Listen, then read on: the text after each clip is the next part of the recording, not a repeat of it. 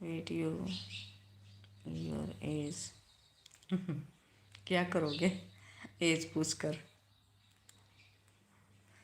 As पूछकर क्या करोगे बताओ? मेरे से शादी थोड़ी ना करनी है। एज तो जब भी पूछते हैं ना जब किसी को रिश्ता करना होता है।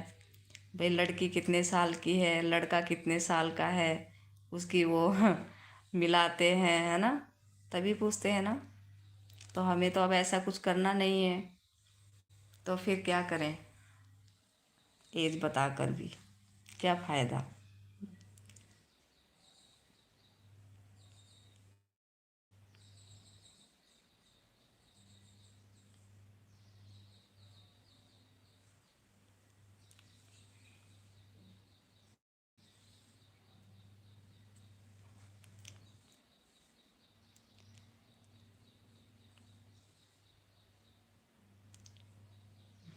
डू यू इंस्टाग्राम आया?